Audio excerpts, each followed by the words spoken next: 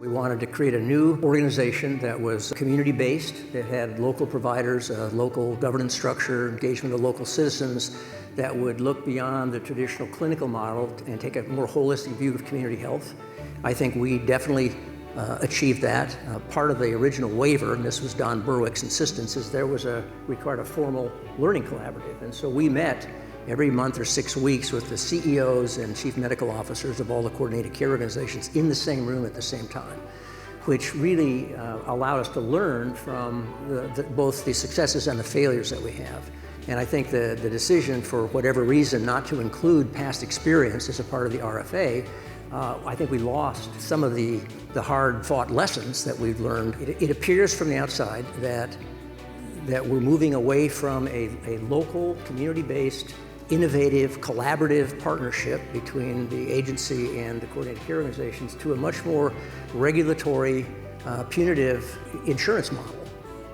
And I think that on the current trajectory, we could end up 5 years from now with the old MCOs that we have spent 5 years trying to escape. So I think if I were to advise the legislature, I think it would be worthwhile at least to put a pause button on for a moment, not in the contract process, but in the sheer volume of the rules and regs, and say, what is the policy? Do we still embrace the direction we set up 5 years ago? And if not, how has it changed? And then what are the problems that we face in getting there? And then how do these rules and regulations and civil penalties get us there?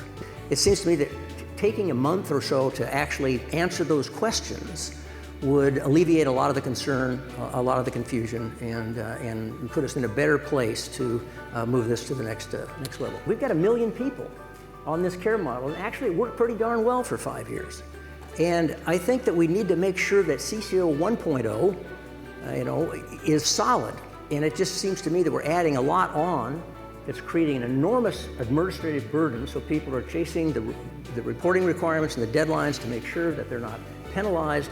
And there's no room, there's no capacity to think about transition. There's no capacity to say, what did we learn and how can we apply that going forward?